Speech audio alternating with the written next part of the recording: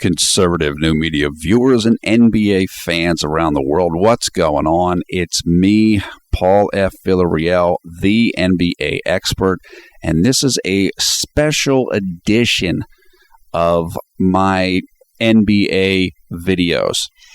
In this video, as you can tell by the title, we're going to do a comparison between LeBron James and Kobe Bryant in terms of both players as the lead dog role on their team. You know, you sometimes will hear people talk about Kobe as Batman when he was the leading player on the team, or as Robin when he was the sidekick for Shaq in the three-peat run for the Lakers. So what I want to talk about in this video is I want to compare the careers through the 2013 NBA Finals of Kobe Bryant and LeBron James as Batman role, as the lead dog of their team. And in my estimation, and based upon the statistical data, LeBron James is a superior lead dog than Kobe Bryant, despite Kobe Bryant having 5 rings as compared with LeBron James. So what I'm basically going to talk about in this video is I believe LeBron James has surpassed Kobe Bryant as a number one option in terms of their NBA careers. Now, I want to say this before I get started to the Kobe fans. At this point in their careers, Kobe has better longevity numbers than LeBron does. Kobe scored 30,000 points. LeBron's only scored 20,000. Kobe does have 5 rings. LeBron only has 2 rings. So there are still arguments to be made in terms of placing Kobe Bryant above LeBron James as a player or for their careers. But that's not what I'm going to talk about in this video. I'm going to talk about LeBron being a better number one option over his career than Kobe is. And personally, and I'll just say this right now before I get rolling in the video, I think LeBron James at this point in his career, and based upon the stipulation that neither he nor Kobe wins any more rings, I would place LeBron James over Kobe Bryant in terms of greatest players ever, based upon what LeBron and Kobe have done as the number one option on their team. So if their careers ended today, I would put LeBron higher up in my all-time list than I would put Kobe based upon what I'm going to go over in this video. Okay, let's get right to it. First of all, the number of years that each player has had as the lead dog. Kobe Bryant has played 9 seasons through the 2012-2013 seasons in which he was the clear number one option on his team. What that means is Kobe Bryant has had 9 years since Shaquille O'Neal left the Los Angeles Lakers. And since that time, it's clearly been Kobe's team. LeBron James, on the other hand, has had 10 years as the number one option on his team. LeBron James has been in the NBA for 10 years, and in every single year, he was the top player on his team, including in 2010, 2011, the first year of the Big Three. There are a lot of people that feel that it was still Dwayne Wade's team and Dwayne Wade was better than LeBron. No, he wasn't. He was better than LeBron in the 2011 finals. I will say that. I think a lot of that was because LeBron deferred to Wade. In other words, he was trying to let it be Wade's team. You know, Wade was the guy that had spent his entire career in Miami, and LeBron was trying to give him respect. And he gave him too much respect. He deferred too much, and the Heat lost in the 2011 finals. That's the only season of LeBron's career which you could argue he wasn't the unquestioned number one player on his team. And statistically, I don't accept that. I don't think that LeBron was the number two option on that team. I think he was the number one option, even though that switched a little bit in the playoffs. So, Kobe 9 years is number one. LeBron 10 years is number one.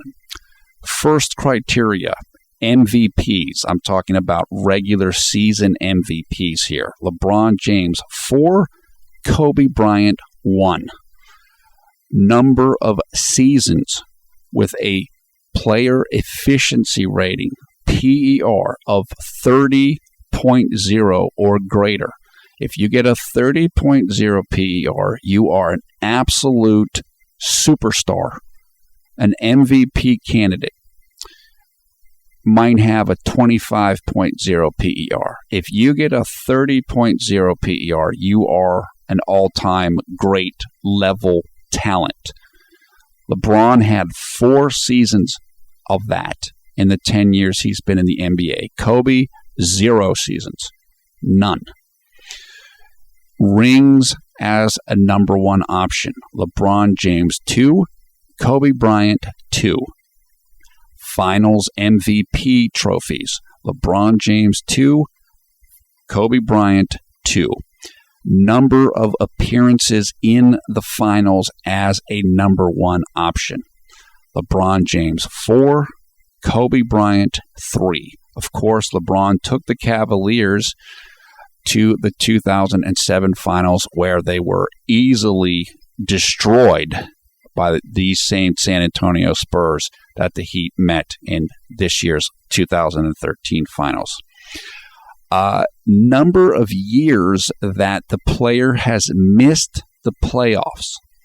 I believe LeBron missed the playoffs twice in his 10-year career. Kobe missed the playoffs once, and he almost missed the playoffs this year on a team that was at one point in the preseason co-favorites with the Heat to win the title. If Kobe would have missed the playoffs this year, it would have been devastating to his career. And I think he knew that, which is why I think he played so hard down the stretch of the season.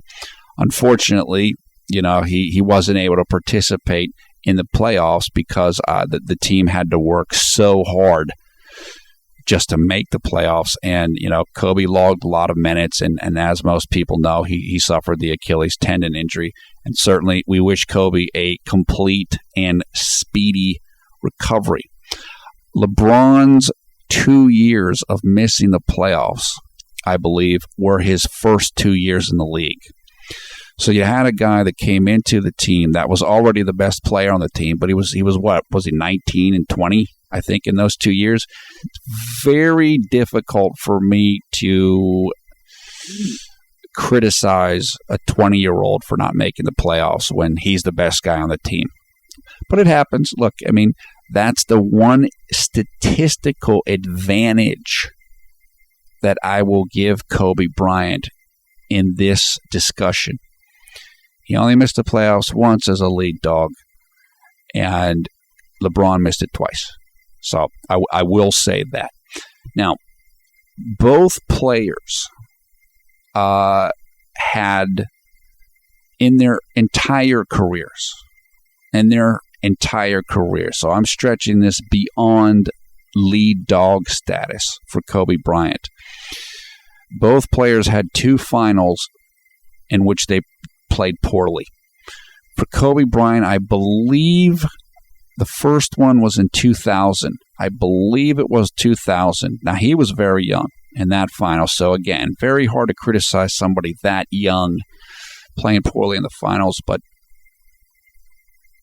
Kobe struggled, I believe, in the 2000 finals, and he definitely struggled hard in the 2004 finals. Now, as a lead dog, Kobe was better in the finals in the 3 appearances that he did make, although he only shot 40% or 41% from the field against the Boston Celtics in those 2 finals in 2008 and 2010. In the 2009 finals, Kobe shot, I believe, 43%. But he put up good numbers in 08, 09, and 10. LeBron struggled in the 2007 finals, and as we all know, he certainly struggled in the 2011 finals. So both of those men have had 2 finals appearances where they didn't perform very well. Now, the best finals average efficiency number. This is similar to the PER, but this is the raw efficiency number. What this means is all of the positive statistics subtracted by all of the negative statistics. Okay? The best finals average efficiency number that Kobe Bryant ever had was a 28.2, which is a very good number. It's not amazingly great, but it's very good. Just to give you some perspective on that, Shaquille O'Neal, the best average efficiency numbers that he's had in the finals are about 38.0, or about 10 points better than Kobe's best. So, same with Michael Jordan. His best finals efficiency average is around 38.0. So, that kind of gives you a sense of the standard of what the absolute greatest players in the finals have done. Now, LeBron James' best average efficiency number in the finals was 31.2. That was in last year's 2012 finals. So his number is about 3 units higher than Kobe. So LeBron has the advantage in that statistic. The best playoff PER number, the best playoff player efficiency rating number for each man as a lead dog is as follows. For Kobe Bryant, the number is 26.8. That came in the 2009 playoffs. You know, that what this means is that covers all the series. So this is the PER number for the first round, the second round, the third round, and the finals. LeBron James's best PER playoff number was 37.4 in 2009. Just a staggering number.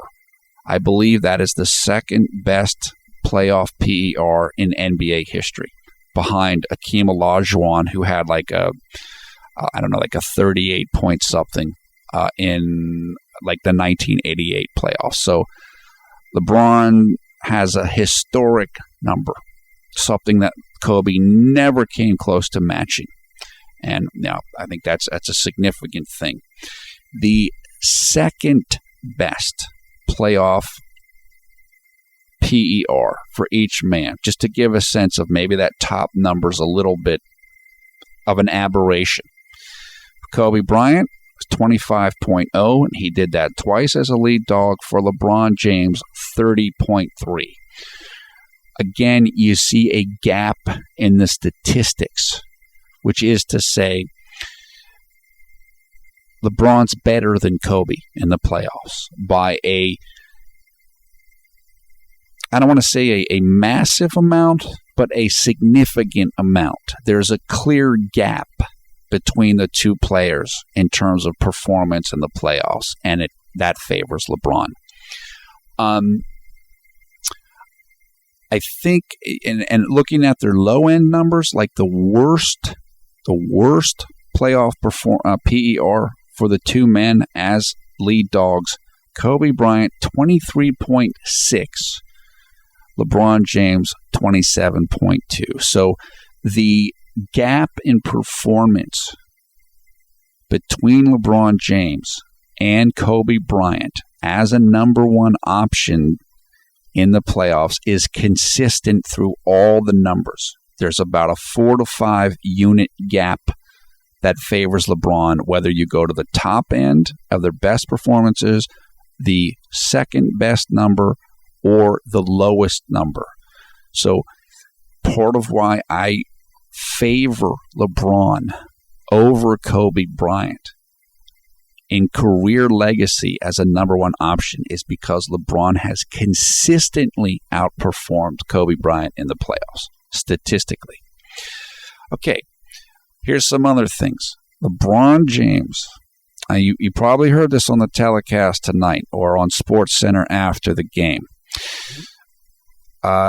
there was a mention that LeBron James is only the third player in NBA history to win the MVP and back-to-back titles. And that puts him with Bill Russell and Michael Jordan. Well, there's an even more elite list than that LeBron James is on. And it is this. LeBron James is only the second player in NBA history to win back-to-back MVPs and back-to-back finals MVPs in consecutive years. The only other person who did that is Michael Jordan in 1991 and 1992. We've all heard the comparisons between Jordan and LeBron, and tonight with the finals win and MVP win, LeBron James has validated that comparison. You can't get any more elite than that. You can't get any more elite than that. In that 2-year span, the only person that's ever done it before is Michael Jordan. Now, John Barry, ESPN commentator, has said that he already places LeBron James ahead of Michael Jordan as an NBA player. There are a number of people who feel this way. I know that Chris Mannix, a writer for Sports Illustrated, also feels that same way. I've heard him say it in radio interview. The reason what these guys are saying is that the totality of what LeBron James can do on the court and what LeBron James is as an athlete, as somebody that's 6'8", 260 plus pounds, is greater than what Michael Jordan could do as someone that was about 6'5" and about 220 pounds. And I understand that. Look, I watched Michael's entire career from the beginning. I've been watching the NBA for more than 30 years, and I got to see all of Michael Jordan. Here's what I'll say about that. Michael was a better scorer than LeBron, and the reason why he was a better scorer was he was a quicker jumper, particularly in the half court. He could get up on you with his jumping ability so fast that you couldn't react. And he could do it off of one leg or two legs jumping.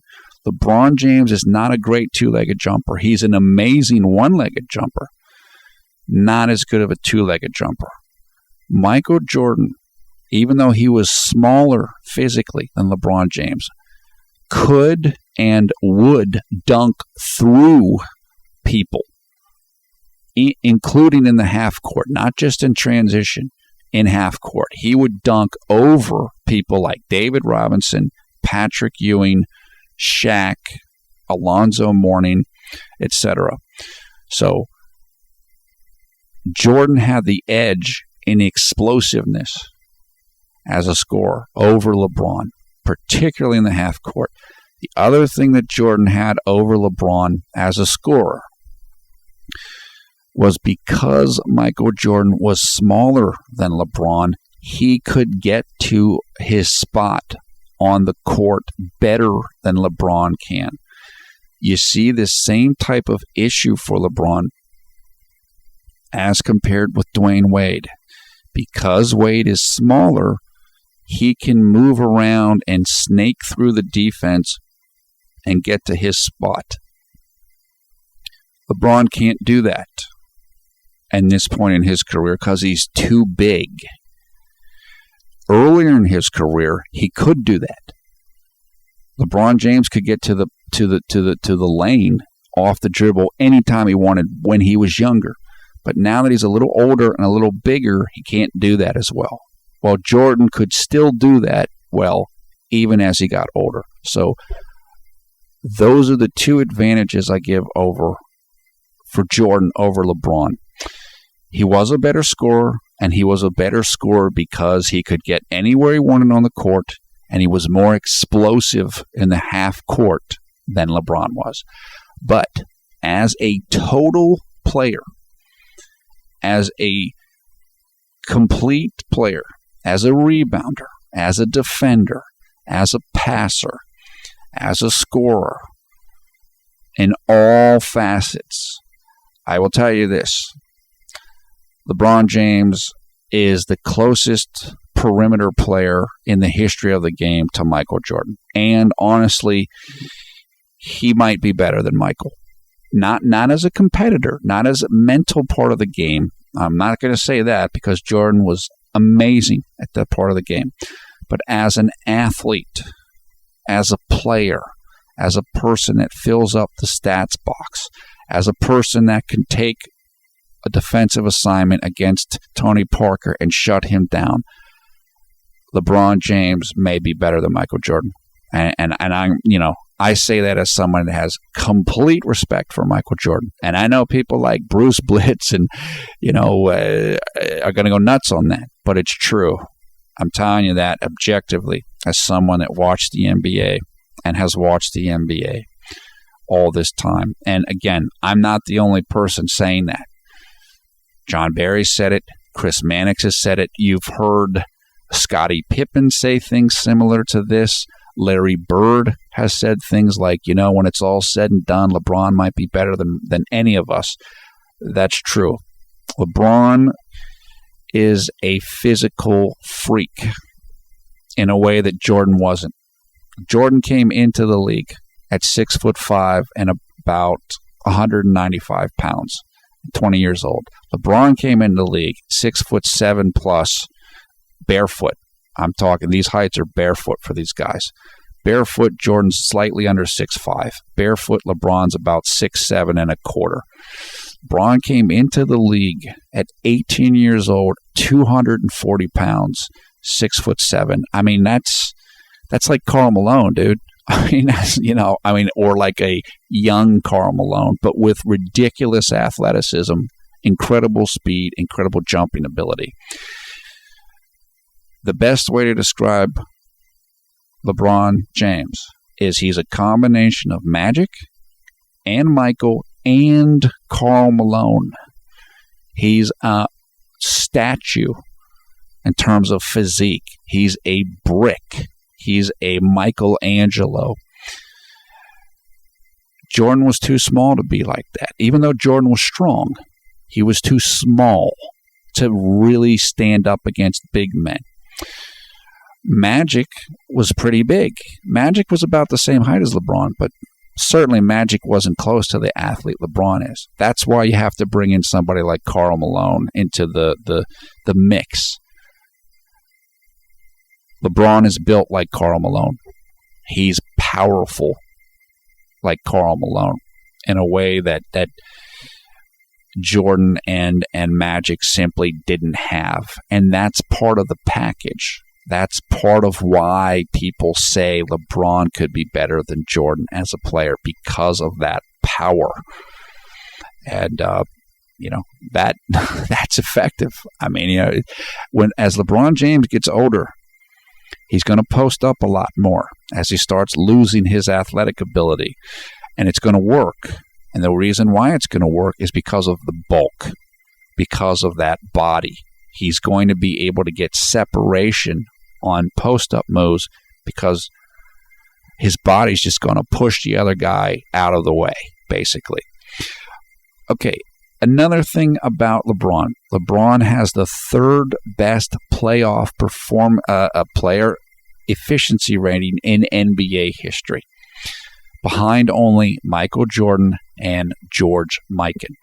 And that's significant. And I also believe that LeBron is the fifth best playoff per game scorer in NBA history, behind several other people, number one being Michael Jordan. So what we're talking about here, LeBron is comparable to Michael Jordan. His numbers overall for his regular season and his playoff performances are in the category of Michael Jordan's. in a way that no other perimeter player in NBA histories are. Now, I'm not talking about rings. I'm talking about performance. I'm talking about per game scoring. I'm talking about player efficiency rating. I've gone through all the numbers, all of them. LeBron James, statistically, is the only perimeter player in NBA history whose numbers are even remotely comparable to Michael Jordan's. Kobe's not in that zone. Kobe is statistically one or two levels below Michael Jordan in terms of a player, in terms of the statistics. LeBron is the only player, the only perimeter player that's on the same level or very, very close to it statistically as Michael Jordan. So you hear people, oh, you shouldn't compare him. No, he's the only perimeter player that you can legitimately compare to Michael Jordan in terms of productivity. In the history of the NBA, the four most statistically dominant players are Michael Jordan, Wilt Chamberlain, Shaquille O'Neal, and LeBron James. And that's it. And two of those guys are centers. So it's a different thing. It's hard to compare Shaquille O'Neal and Michael Jordan. But two of those players are perimeter players, and that's why you compare them. And that's where LeBron James comes in. Now, let's go over a few more numbers for LeBron that he has after winning tonight's Game 7. There are 5 players in NBA history who have 4 or more MVPs in their career for the regular season. They are Kareem Abdul-Jabbar, 6 MVPs. Michael Jordan, 5 MVPs.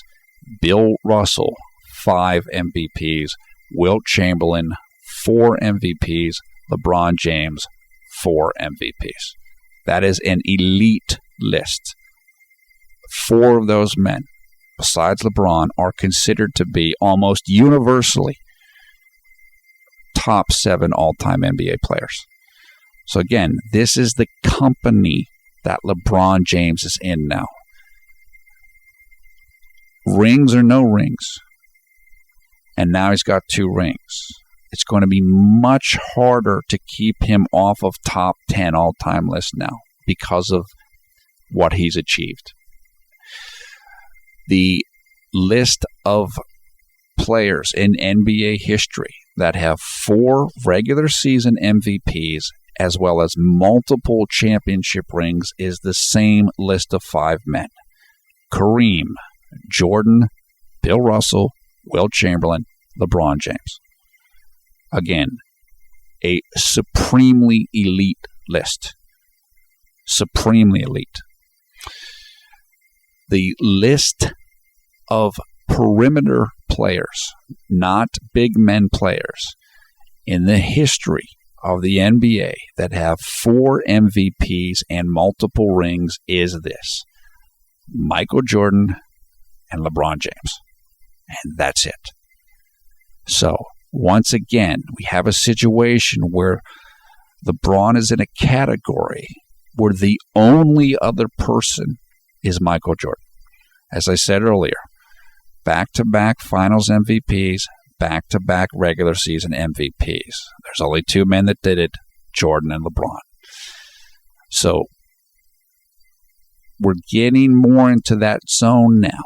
I know there's a whole horde of LeBron James haters. And they're threatened by LeBron. They're afraid LeBron's going to overtake Kobe. Some of them are afraid LeBron's going to overtake Jordan.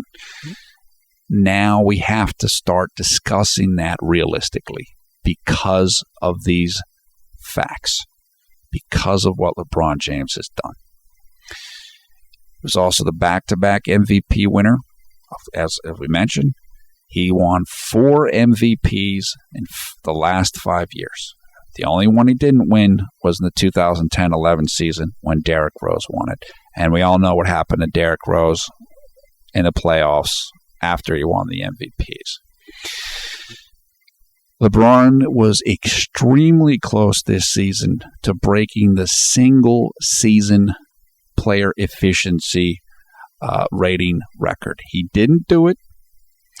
Wilt Chamberlain holds that record. I believe it's 31.84 for a single season. But there were times in this season, very near the end of the season, where LeBron James had the record. If the season had ended on that day, he would have held the record. He didn't quite do it, but he was very close to doing it. Further, LeBron James had a 30.0 and above PER season this year. When he did that, he became only the second man in NBA history with 4 seasons over 30.0 PER. The other person, Michael Jordan. What that means is, and Jordan had 4, is that if LeBron James has a 30.0 or better PER next year, he's going to overtake Michael Jordan in that category. That's significant. It's quite significant. It's more significant than Kobe Bryant passing Michael Jordan on the all-time scoring list next year. The reason why it's more significant than that is because top-end PER performance, that's like measuring a player at their best, right?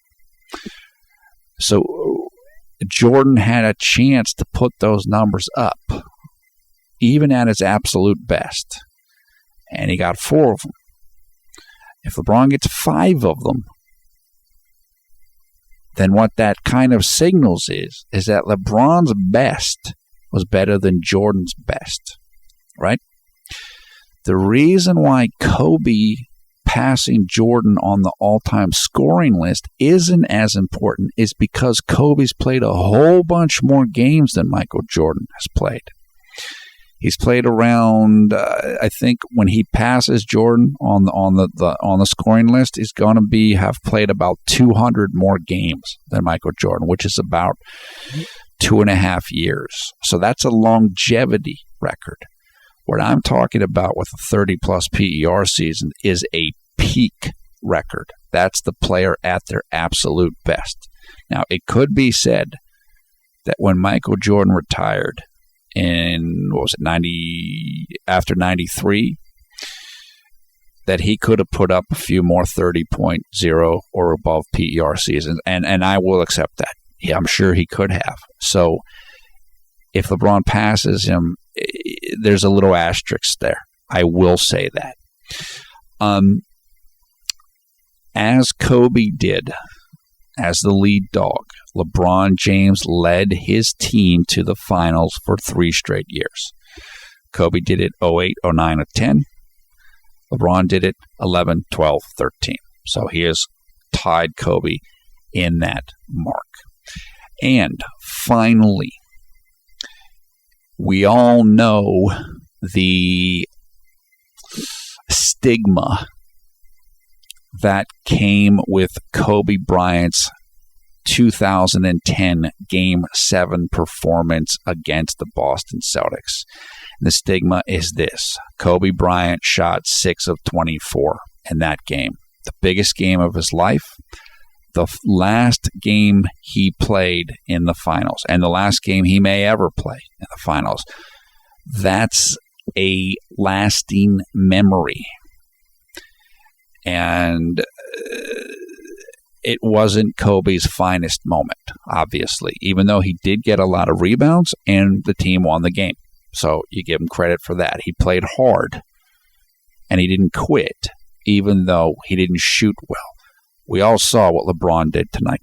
LeBron had an absolute monster game tonight in the biggest game of his life on the biggest stage. And that's something that people are going to remember.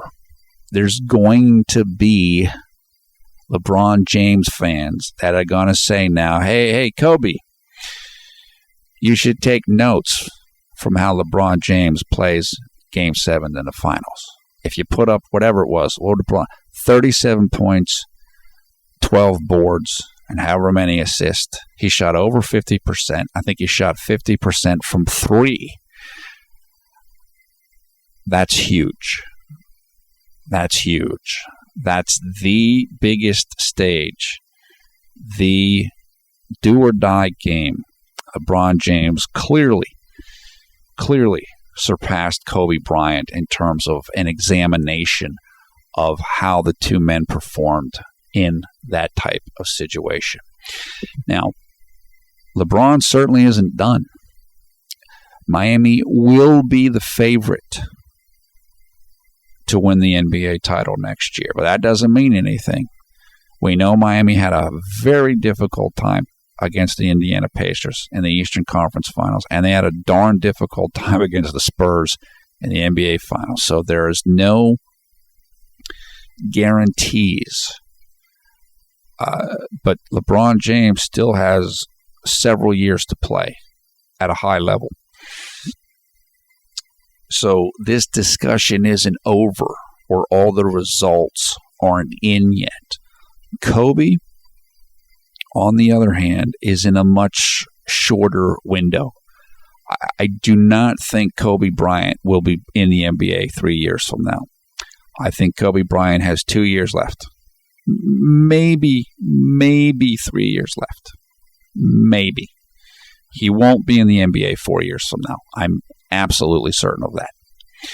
He's not going to get the all-time scoring record. He's not going to be around long enough.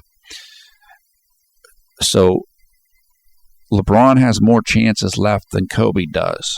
And the truth is this, even if the Lakers get back Dwight Howard this offseason, they're still not going to be a real serious championship contender given their current roster. The reason why I say that is they're too old. I've gone through all the numbers, and they're based upon the Lakers' probable roster. Now, they might get rid of Meta. They might get rid of Powell. Based upon the Lakers' probable roster, just let's assume they keep everybody, right? The average age of a Lakers player would be 32 years old. That's too old. In NBA history and NBA statistical history, that's too old to win a championship. There's only been one team in NBA history that's ever won, or at least in the last 30 years, because I've done the numbers, that has won a championship with a team whose average player age is that old, and that was the Dallas Mavericks in 2011. The average age of the Dallas Mavericks was about 32.0 years old. And that's it. No other team has been able to win at that age. And I don't think the Lakers are going to be able to do it next year. So I don't list them as a serious contender for next year. And they might not keep Dwight. If they don't keep Dwight, they have no chance at all next year. If they keep Dwight, they probably have a very, very, very small chance to win a title. And so the point of all this is Kobe's running out of chances. And there's another problem for the Lakers next year, and I forgot about this.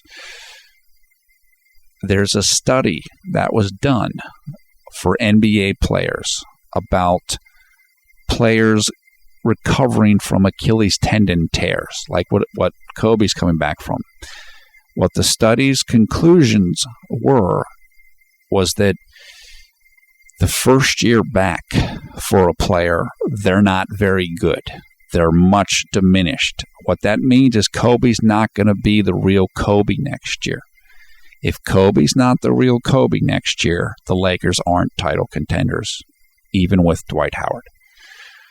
So again, Kobe's got a very short window to win rings, much smaller than what LeBron's window is based upon age and wear and tear. So to summarize here, let's summarize the information we've gone over here. In almost every single metric, in terms of being a lead dog, LeBron James is equal to or better than Kobe Bryant. He's won more MVPs. He's been to more finals. He has a better overall PER, player efficiency rating, in the regular season and in the playoffs. He has better efficiency numbers in the finals. And he is a better proven Game 7 performer in the finals. Given all of this information, the only conclusion I can come to as a neutral NBA observer is that LeBron James has surpassed Kobe Bryant in terms of lead dog legacy, Batman legacy, number one option on a team legacy. And I don't think Kobe is in a very good position to regain that lead. One of the only ways now, besides the longevity statistics, the all-time scoring numbers that Kobe has that LeBron's going to have to work to catch, the only way that I can see to put Kobe Bryant over LeBron James now in terms of legacy as a player, besides the longevity, is to make the assumption that LeBron James couldn't have won the rings that Kobe did playing second fiddle to Shaq. In other words, LeBron couldn't be a number 2 option to Shaq and win those rings. I think that's a ridiculous assumption. Absurd. LeBron's too good not to be able to win those rings, especially with Shaquille O'Neal dominating everybody. I mean, Shaquille O'Neal in the three-peat years was so dominant. As I said, those 3 years that Shaquille O'Neal put up, 99 on 2000, 2001, 2002, are 3 of the greatest years that have ever been seen in NBA history. Maybe the 3 greatest ever, or up there with Jordan's three-peats, the first three-peat before Jordan retired. That's the only other person I can think of that's even close to what Shaquille O'Neal did in those 3 years. Do I think LeBron James could play with that version of Shaq and win rings? Yeah, absolutely. I will never accept anybody trying to pretend that LeBron couldn't win rings in that situation, playing the number 2 to Shaquille O'Neal in that situation. I mean, you could have put almost anybody on those teams with Shaq. That was a reasonable wingman, and they would have won rings. You know, Dwayne Wade in that situation with Shaq winning 3 rings. Oh, that's what it was. That's how good Shaquille O'Neal was. So, again, in order to say that Kobe Bryant is better than LeBron James for his career at his best, again, not talking about longevity statistics, you have to now say LeBron wouldn't have been able to win 3 rings playing second fiddle to Shaq. I think that's a ridiculous statement. Absurd. And that's where we're at now, because LeBron James got it done. Game 7, big stage. And remember, LeBron James didn't score over 20 points for the first 3 games of this series against the Spurs. I mean, there were people, Sam Smith, who's a longtime follower and reporter for the Chicago Bulls, and Jordan, I mean, he was sending out a tweet making fun of LeBron, saying, oh, yeah, LeBron James can't score 20 points in the finals. Well, LeBron James averaged, I don't know, like 32 points a game in the last 4 games of this year's finals. LeBron James came through. LeBron James now has a better lead dog legacy than Kobe Bryant. And that's where we're at now after the 2013 NBA Finals. A fantastic finals. The best finals I can ever remember seeing. This is better than the 2010 finals. And it's better than the 2010 finals between the Celtics and the Lakers, which also went 7 games. Because in that series, the starting center for the Boston Celtics got hurt in Game 6. Kendrick Perkins. And he wasn't able to play in Game 7, and I think he missed a substantial part of Game 6 as well. There are a lot of people who believe that if Kendrick Perkins were healthy, the Celtics would have won that series.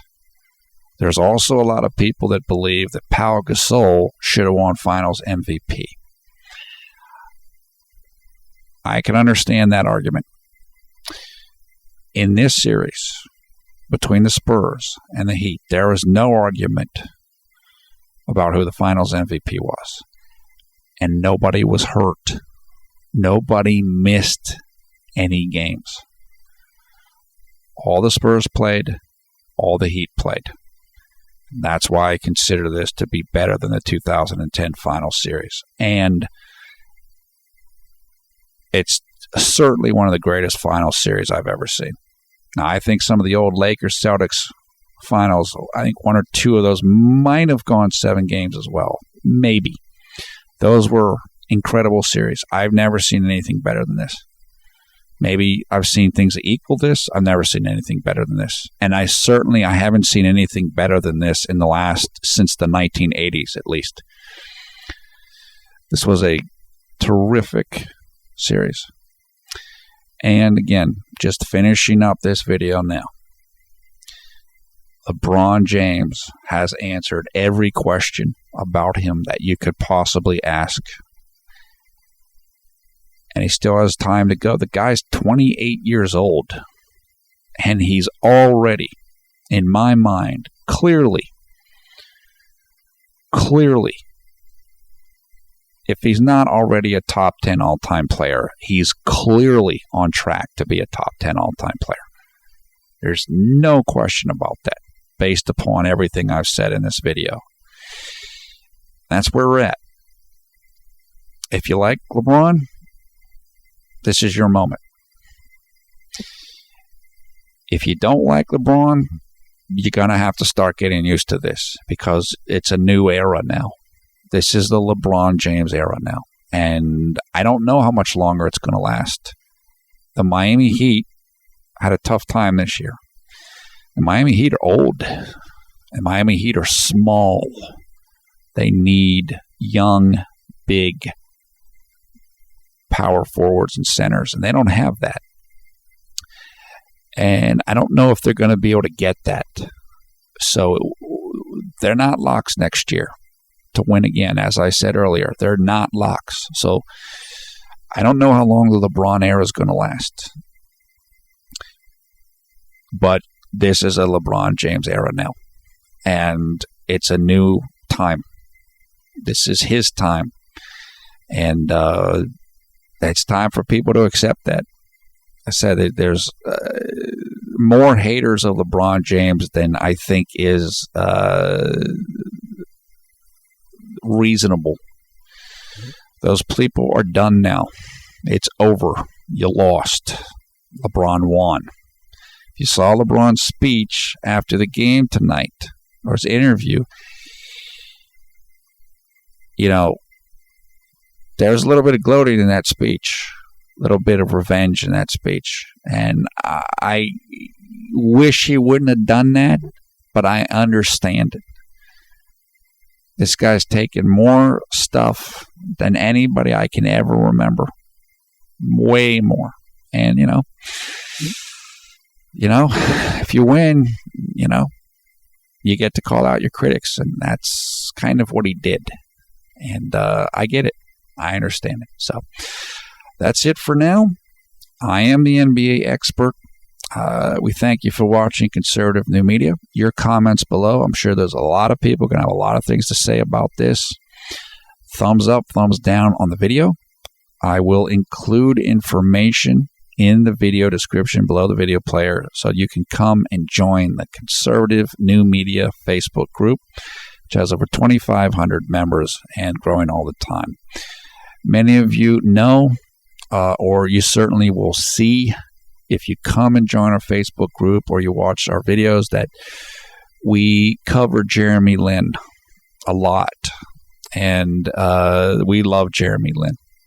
So if you come and participate in our Facebook group and participate on the channel much, you're going to run into a lot of Jeremy Lin fans. And just so you know that, we're big fans of Lin. And we're very much looking forward to the upcoming year for Jeremy Lin as well, particularly if Houston gets Dwight Howard, which I think is a real possibility. So that's it for now. Once again, repeating the headline, LeBron James has overtaken Kobe Bryant in career lead dog legacy.